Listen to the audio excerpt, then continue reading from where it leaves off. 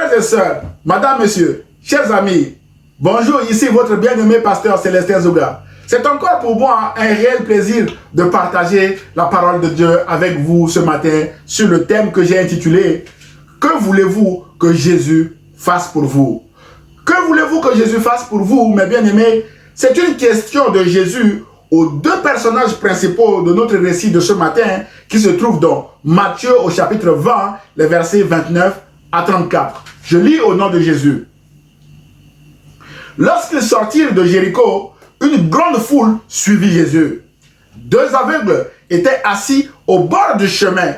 Quand ils entendirent que Jésus passait par là, ils se mirent à crier « Seigneur, fils de David, aie pitié de nous !»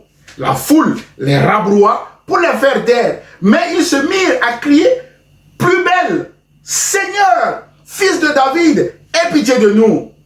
Jésus s'arrêta, les appela et leur demanda « Que voulez-vous que je fasse pour vous ?» « Seigneur, répondirent-ils, que nos yeux s'ouvrent. » Pris de pitié pour eux, Jésus leur toucha les yeux. Aussitôt, ils recouvrèrent la vue et le suivirent. Mon frère, ma soeur, cher ami, les jours se suivent et ne se ressemblent pas. Alors que ces deux amis aveugles avaient l'habitude d'aller mendier leur pain quotidien à cause de leur handicap qui les empêchait, mes bien-aimés, de travailler et de vivre du fruit de leur travail, la question de Jésus, mes bien-aimés, va bouleverser totalement leur vie. La question, que voulez-vous que je fasse pour vous, mes bien-aimés dans le Seigneur? Frères et sœurs, ce matin également, ce message est intitulé « Que voulez-vous que Jésus fasse pour vous, mes bien-aimés dans le Seigneur ?» Mes chers amis, il y a beaucoup de leçons à apprendre dans ce récit. Ce matin, je voudrais aborder avec vous deux points qui me tiennent à cœur, notamment l'hostilité de la foule à l'égard de ces deux aveugles et la grâce de Jésus qui change tout dans ce récit, mes bien-aimés dans le Seigneur. Point numéro 1, l'hostilité de la foule envers les deux aveugles. Frères et sœurs, quels sont les principaux personnages de notre récit? Les principaux personnages de notre récit sont, il y avait Jésus de Nazareth et ses 12 disciples, il y avait la foule qui était composée d'une multitude de personnes de tous bords qui suivaient Jésus. Il y avait, bien évidemment, nos deux amis aveugles non identifiés par Matthieu. Frères et sœurs, si l'évangéliste Matthieu n'a pas donné d'indication sur l'identité de ces deux hommes, l'évangéliste Marc nous raconte le même récit dans son évangile au chapitre 10 dans les versets 46 à 52. Mes bien-aimés dans le Seigneur. Dans son récit, Marc parle d'un seul aveugle nommé Bartimée, c'est-à-dire le fils de Timée. Dans Marc chapitre 10 verset 46, le préfixe Bar, mes bien-aimés dans le Seigneur, signifie littéralement fils de Bartimée, fils de Timée. Frères et sœurs, Luc également nous raconte ce récit en parlant d'un seul aveugle dans son évangile au chapitre 18 dans les versets 35 à 43. En effet, Luc et Marc ont plus orienté leur récit sur Bartimée qui serait probablement le porte-parole de ces deux aveugles. Alors, quelle était la position géographique du récit, mes bien-aimés dans le Seigneur? Frères et sœurs, comme nous venons de le voir, notre récit de ce matin est raconté à la fois par Matthieu, par Marc et par Luc sur la position géographique, mes bien-aimés dans le Seigneur. Matthieu précise que ce récit s'est déroulé à la sortie de Jéricho en disant « Lorsqu'ils sortirent de Jéricho », Matthieu chapitre 20, verset 29. Marc, quant à lui, affirme qu'ils arrivèrent à Jéricho, d'après Marc chapitre 10, verset 46. Et Luc déclare que comme Jésus était près de Jéricho, on souligne près de Jéricho, Luc chapitre 18, verset 35. Frères et sœurs, en lisant ces trois auteurs, nous avons l'impression qu'il y a deux villes de Jéricho. Effectivement, à l'époque de Jésus, il existait deux villes portant le nom de Jéricho. La ville vétéro-testamentaire, c'est-à-dire l'Ancien Testament, et la ville néo-testamentaire selon le Nouveau Testament. Et donc, nous comprenons que Jésus sortait de l'ancienne ville de Jéricho pour entrer dans la nouvelle ville de Jéricho. Alors, quel était le contexte de ce récit, mes bien-aimés dans le Seigneur? Frères et sœurs, l'évangéliste Matthieu précise que les deux aveugles de notre récit étaient assis au bord du chemin, ensoulés au bord du chemin qui menait de Jéricho à Jérusalem, d'après Matthieu chapitre 20, verset 30. C'était la route principale, mes bien-aimés, qui menait de Jéricho à Jérusalem, et beaucoup de personnes passaient par là, frères et sœurs. À cet effet, Marc déclare que Bartimée, le fils aveugle de Timée, était en train de mendier au bord du chemin, d'après Marc chapitre 10, verset 46. Autrement dit, mes bien-aimés dans le Seigneur, ces deux hommes ne pouvaient pas travailler en raison de leur handicap et vivaient essentiellement de la mendicité publique, mes bien-aimés dans le Seigneur. Et la route au bord de laquelle ils étaient assis était le bon endroit choisi par ces deux hommes pour mendier, car de nombreux pèlerins passaient par là pour se rendre à Jérusalem pour la fête. Madame, monsieur, chers frères et sœurs, beaucoup d'événements dans la vie peuvent nous mettre à l'arrêt et nous obliger, mes bien-aimés, à mendier notre pain comme Bartimée et son ami, à dépendre des autres, à être en marge de la société et à regarder les autres passer devant nous, mes bien-aimés dans le Seigneur. Par exemple, un licenciement peut nous mettre à l'arrêt, mes bien-aimés dans le Seigneur. Une maladie peut aussi nous arrêter, mes bien-aimés dans le Seigneur, tout comme tout autre handicap de la vie, mes frères et sœurs. Chers amis, si vous êtes aujourd'hui au bord du chemin, comme Bartimée et son ami, ne perdez pas espoir. Ce matin, à la question de Bartimée, qu'est-ce qui se passe?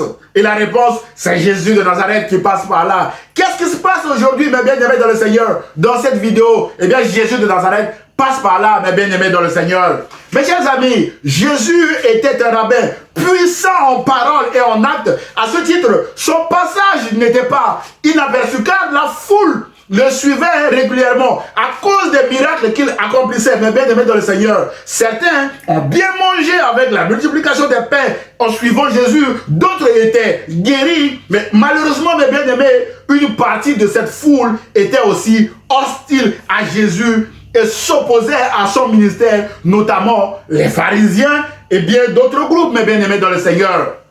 Frères et sœurs, le cortège qui suivait Jésus faisait beaucoup de bruit aussi. Mais la bonne nouvelle est qu'au milieu de ce vacarme-là, mes bien-aimés dans le Seigneur, nos deux amis, Bartimée et son compagnon, n'étaient pas restés insensibles à ce qui se passait autour d'eux. Luc nous apprend que Bartimée, le porte-parole de nos deux amis, avait demandé aux gens autour de lui, qu'est-ce qui se passe par là avec ce vacarme? Et la réponse était, c'est Jésus de Nazareth qui passe par là, d'après Luc chapitre 18, verset 37. Mais bien aimés dans le Seigneur, la Bible déclare que quand ils, c'est-à-dire les deux amis, Bartimée et son compagnon, entendirent que Jésus passait par là, ils se mirent à crier, en souligne crier. Mais bien aimés dans le Seigneur, ils disent, Seigneur, fils de David, aie pitié de nous, d'après Matthieu chapitre 20, verset 30. Frères et sœurs, la clé de voûte ici, c'est la curiosité de ces deux hommes, leur sensibilité à ce qui se passe autour d'eux. C'est leur écoute. Ils ont entendu que c'est Jésus de Nazareth qui passait par là. C'est alors que les deux hommes ont commencé à crier. Mes chers amis, c'est impressionnant de voir que les deux hommes reconnaissaient Jésus comme Seigneur et aussi sa filiation, mes bien-aimés, en tant que fils de David, qui est un titre messianique de Jésus, mes bien-aimés dans le Seigneur. Autrement dit, ces deux hommes malvoyants, aveugles, reconnaissaient en Jésus ce que plusieurs personnes bonnes voyantes ne voulaient pas voir ni entendre parler. Jésus le Messie, c'est-à-dire l'envoyé de Dieu. Mais bien aimés dans le Seigneur, frères et sœurs, les deux hommes font appel ici à la bonté et à la générosité de Jésus en tant que Messie et Seigneur en lui adressant une prière simple. Fils de David, aie pitié de nous. D'après Matthieu chapitre 20, verset 30. C'est alors que la foule autour d'eux va entrer en action, mes bien-aimés dans le Seigneur.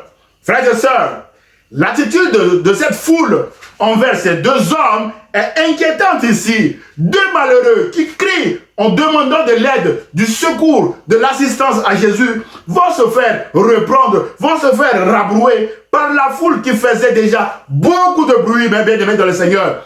Matthieu dit que la foule les rabroua pour les faire taire, mais ils se mirent à crier beaucoup plus fort, de plus belle, d'après Matthieu chapitre 20, verset 31. Frères et sœurs, rabrouer quelqu'un, c'est le traiter avec rudesse, en le réprimandant, en le repoussant, c'est gronder quelqu'un, mais bien aimé dans le Seigneur. Alors, mes chers amis, la question que nous nous posons ici est-ce que ces deux hommes aveugles faisaient plus de bruit que la foule de manière à ce que la foule cherchait à les faire taire? Non! Ma réponse, mes bien-aimés dans le Seigneur, est-ce le fait de solliciter l'aide de Jésus était mal? Non, mes bien-aimés dans le Seigneur. Alors, où est le problème ici, frères et sœurs? Mes chers amis, madame, messieurs, nous comprenons qu'une partie de cette foule n'était pas probablement favorable à Jésus, car elle redoutait encore un miracle de Jésus qui devait emmener les uns et les autres à voir encore la gloire de Dieu. C'est ce qui va se passer à la fin de ce récit. Luc nous dit, j'ouvre une parenthèse ici, que tout le peuple, voyant cela, loua Dieu. C'est-à-dire, lorsque les aveugles ont retrouvé la vue, eh bien, toute la foule a loué Dieu. Je ferme cette parenthèse, mes bien-aimés dans le Seigneur.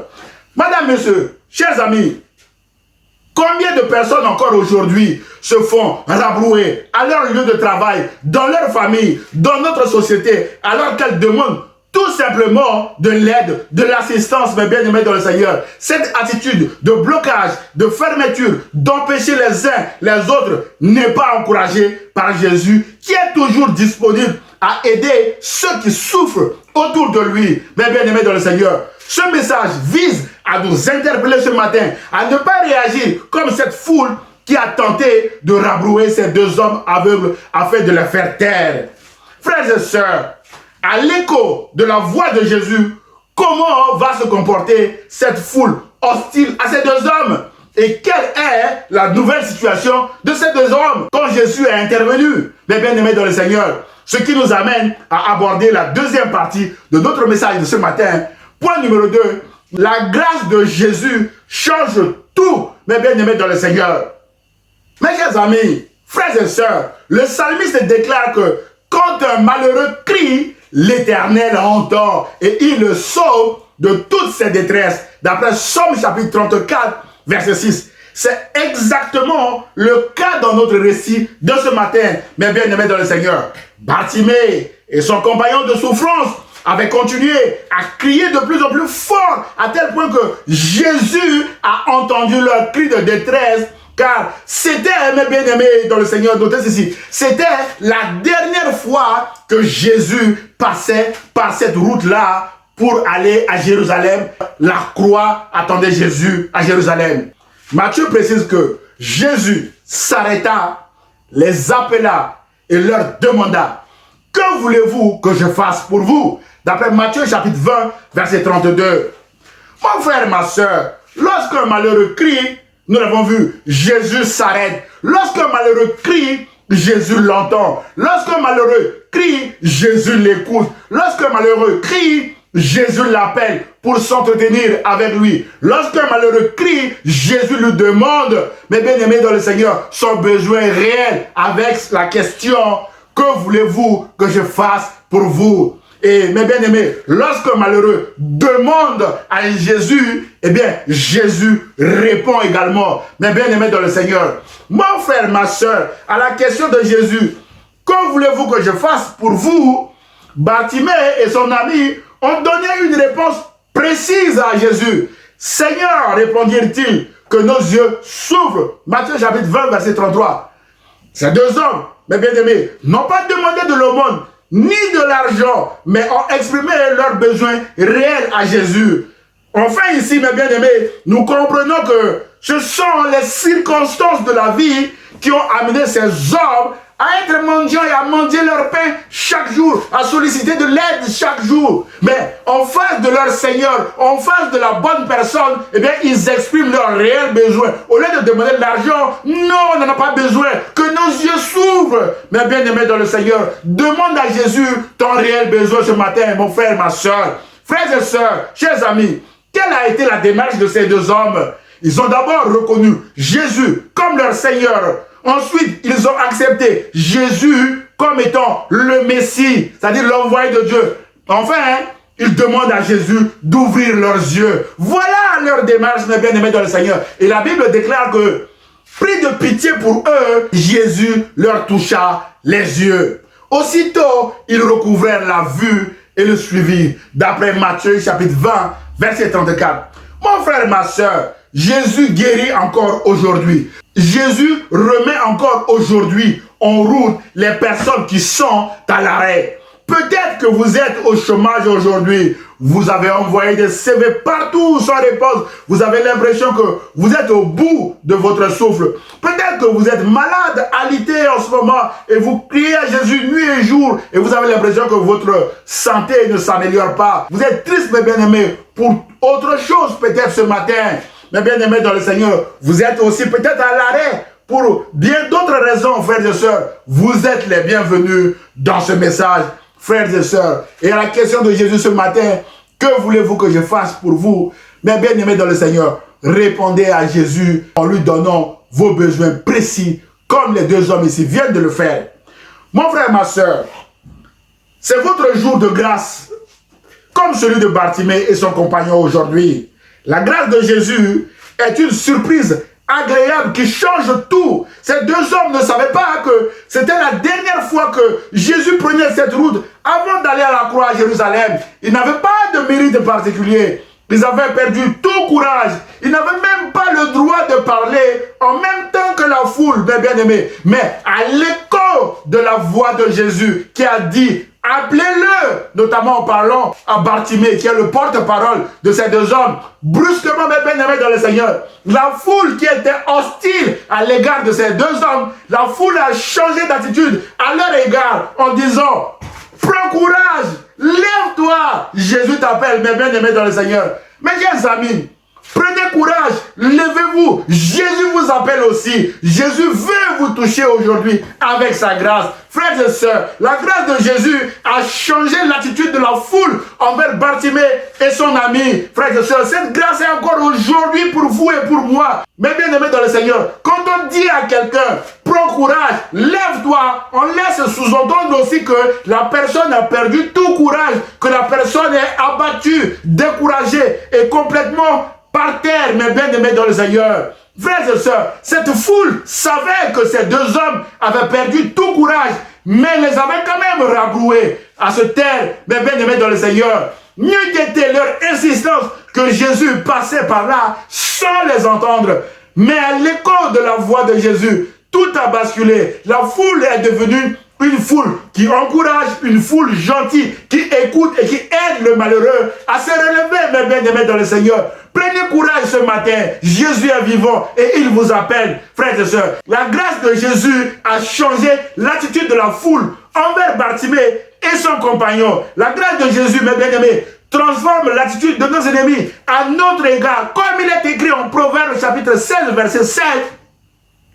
Quand l'Éternel approuve les voies d'un homme, il dispose favorablement à son égard, même ses ennemis. Frères et sœurs, chers amis, madame, monsieur, Marc précise que l'aveugle jeta son manteau et se leva d'un bond, vint vers Jésus. D'après Marc chapitre 10, verset 50. Autrement dit, avant de répondre à l'appel de Jésus, Bartimée a dû abandonner son manteau de mendiant sous lequel il était connu, mais bien aimé dans le Seigneur. Peut-être qu'aujourd'hui vous êtes connu sur votre manteau de chômage, de maladie, mais bien aimé dans le Seigneur. Prenez courage, levez-vous. Jésus vous appelle ce matin, frères et sœurs. Bartimée, mes bien-aimés, qui était assis en ce lieu, du matin au soir, va se lever d'un bond. Mes frères et sœurs, touchés par Jésus, touchés par la grâce, les deux amis retrouvèrent la vue et vont se mettre en marche comme la foule, mes bien-aimés dans le Seigneur, et ils vont suivre également Jésus de Nazareth. Waouh! Frères et sœurs, la grâce de Dieu relève un homme assis, comme le déclare le psalmiste. L'Éternel affermit les pas de l'homme et il prend plaisir à sa voix. S'il tombe, il n'est pas terrassé. Car l'Éternel fait quoi? L'Éternel lui prend la main. D'après Somme chapitre 37, versets 23 à 24. Jésus, mes bien-aimés, a relevé Bartimée et son ami. Mes chers amis, la grâce de Jésus guérit encore aujourd'hui. Les deux aveugles ont retrouvé la vue. La grâce de Jésus transforme l'attitude de la foule. La grâce de Jésus transforme la vie de ceux qui la reçoivent Eh bien, bien-aimés dans le Seigneur, ces deux mendiants sont devenus des disciples ou des témoins de Jésus en le suivant. Matthieu précise que aussitôt, ils recouvrèrent la vue et le suivirent. D'après Matthieu chapitre 20, verset 34. Frères et sœurs, la grâce de Jésus également donne la vie éternelle à ceux qui la reçoivent, frères et sœurs. Que la grâce de Jésus également change tout auprès de vous ce matin, mes bien-aimés dans le Seigneur.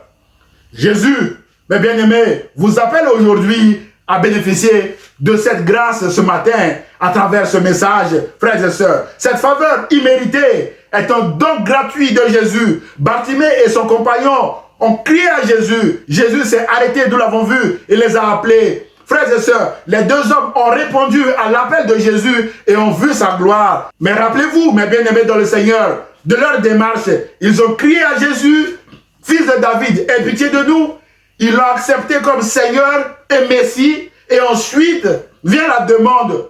Ils lui ont demandé d'ouvrir leurs yeux, mes bien-aimés dans le Seigneur. Et Jésus l'a fait. Mon frère, ma soeur, voulez-vous imiter Bartimée et son ami en acceptant Jésus comme votre Seigneur et Sauveur ce matin? Voilà le but de ce message, mes bien-aimés dans le Seigneur. Jésus guérit encore aujourd'hui. Jésus relève encore aujourd'hui, mes bien-aimés dans le Seigneur. Jésus sauve encore aujourd'hui. Frères et sœurs, la grâce de Jésus vous cherche à travers ce message. Saisissez, mes bien-aimés, ce moment comme Bartimée et son compagnon et vous verrez la gloire de Jésus s'accomplir dans votre vie, mes bien-aimés dans le Seigneur. En conclusion, mon frère, ma soeur, madame, monsieur, chers amis, aujourd'hui encore, il y a des cris comme ceux de Bartimée et son compagnon autour de nous. En tant que témoin de Jésus, quelle est notre attitude à l'égard de ces personnes qui crient, mes bien-aimés dans le Seigneur, comme Bartimée, autour de nous? Dans notre récit de ce matin, Jésus a entendu le cri de Bartimée et de son ami. La Bible déclare en Matthieu chapitre 20, verset 32, que Jésus s'arrêta, les appela et leur demanda, que voulez-vous que je fasse pour vous? Mon frère, ma soeur, témoin de Jésus, notre mission est aussi de demander à ceux qui souffrent, mes bien-aimés autour de nous, qui crient, qui pleurent autour de nous, mes bien-aimés dans le Seigneur, et qui sont assis au bord de la route, en marge de notre société, parce qu'ils n'ont plus d'issue, afin de, mes bien-aimés, leur apporter assistance, aide, secours et prière, et en leur posant surtout la question de Jésus ce matin. Que voulez-vous que je fasse pour vous? C'est la question que Jésus posait à tous ceux qui venaient vers lui, mes bien-aimés dans le Seigneur, amis chrétiens, amis témoins de Jésus. Chers amis, vous avez aussi remarqué l'hostilité de cette foule à l'égard de Bartimée et son ami. La voix de Jésus a changé l'attitude de cette foule qui passe d'une foule qui rabroue le malheureux à une foule qui encourage, qui motive le malheureux, mes bien-aimés dans le Seigneur, qui aide le malheureux à se relever, mes bien-aimés dans le Seigneur. Mon frère, ma soeur, et chers amis, témoins de Jésus, nous devons aussi marcher sur les pas de Jésus en portant un regard compatissant sur les opprimés, sur les malades, sur les rejetés de la société. Mes bien-aimés dans le Seigneur, les gens qui sont assis au bord de la route comme Bartimée et son compagnon. Nous ne devons en aucune manière agir ou nous comporter comme cette foule qui rabroue le malheureux. Mes bien-aimés dans le Seigneur, et surtout un malheureux qui crie à Jésus. Frères et sœurs, nous avons aussi vu que la grâce de Jésus a tout changé autour de Bartimée et son ami. Mes bien-aimés dans le Seigneur, cette grâce est aussi pour vous aujourd'hui. Il vous suffit tout simplement d'accepter Jésus comme votre Seigneur et Sauveur, mes bien-aimés dans le Seigneur, afin de bénéficier aussi de cette grâce. Enfin, mon frère, ma soeur, Jésus guérit encore aujourd'hui. Jésus relève encore aujourd'hui ceux qui sont assis, qui sont courbés, qui sont découragés, mes bien-aimés dans le Seigneur. Je vous invite à vous tourner vers Jésus en répondant tout simplement à la question de Jésus, que veux-tu que je fasse? Répondez comme Bartimée, mes bien-aimés dans le Seigneur, que nos yeux s'ouvrent. Que Dieu vous bénisse, mes bien-aimés dans le Seigneur. Prions. Seigneur, ce matin, je voudrais porter devant ton trône de grâce la voix de ceux qui souffrent et qui crient à toi en ce moment. Mon Seigneur et mon Sauveur Jésus, accorde-leur ta grâce comme tu l'as fait à Bartimée et son ami ce matin. Seigneur Jésus, donne-nous aussi à écouter la voix de ceux qui souffrent autour de nous et à leur porter assistance comme tu voudrais que nous le fassions. Que ta grâce change tout dans la vie de mes frères et sœurs qui viennent de regarder cette vidéo. Je prie au nom de Jésus de Nazareth. Amen. Frères et sœurs, si vous avez aimé le message, merci de le liker et de le partager à vos proches. Vous pouvez également m'envoyer un mail d'encouragement, vos sujets de prière ou vos questions ou remarques même sur le message à celestinzouga@gmail.com. J'aurai le plaisir de vous répondre.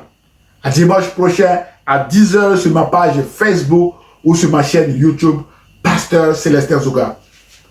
À très bientôt. Au revoir.